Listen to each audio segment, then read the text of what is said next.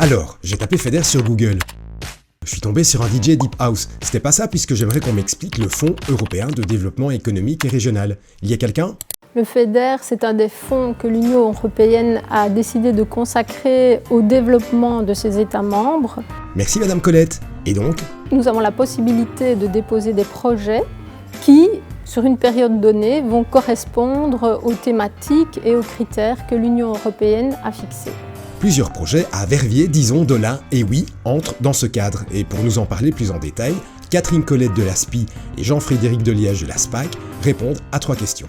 En quoi les fonds FEDER sont importants ? Pour quel type de projet à Verviers et oui ? Et à qui cela profite-t-il ?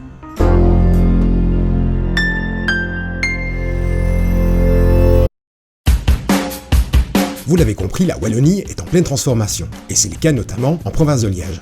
Grâce au FEDER, la région wallonne et l'Europe peuvent réaménager des espaces urbains pour corriger les déséquilibres et améliorer la qualité de vie. Alors, entrons dans le détail.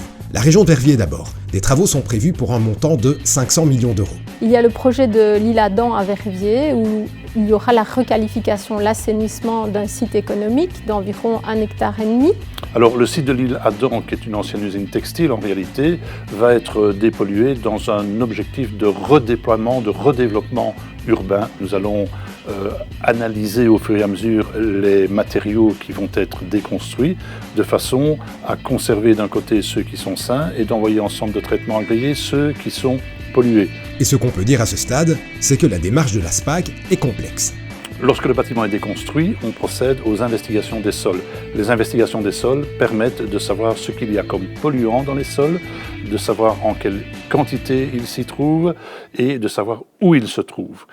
Autre exemple encore, à Dizon et Limbourg, respectivement près de 3 millions et 1 million. Ensuite, il y a la redynamisation de la rue Albert Ier à Dizon. Là, ce sont des espaces publics qui vont y être aménagés. Et enfin, le centre de Dolin à Limbourg va également être redynamisé. On passe de l'autre côté de la province de Liège. C'est à Oui que les choses bougent. Les montants totaux des dossiers subsidiés par le FEDER et par la région wallonne s'élèvent à 2,5 millions pour la gare de Oui comme nœud multimodal. L'objectif, c'est notamment améliorer l'accessibilité à la gare et augmenter l'utilisation du train. Les pistes pour y parvenir sont connues. Aménagement de pistes cyclables et de parking, création d'une nouvelle voirie et d'une entrée de ville, enfin, aménagement d'un dépose-minute et d'un escalier pour accéder plus facilement au centre-ville. Il reste donc une question, et on devine la réponse. À qui cela profite-t-il ?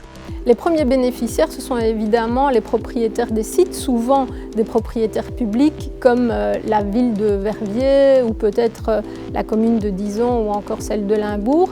Mais la finalité, c'est vraiment vous et moi, chaque citoyen qui va pouvoir par exemple se promener dans des sites qui soit ne seront plus pollués, donc pour son bien-être c'est mieux, ou bien dans des espaces publics qui auront été réaménagés.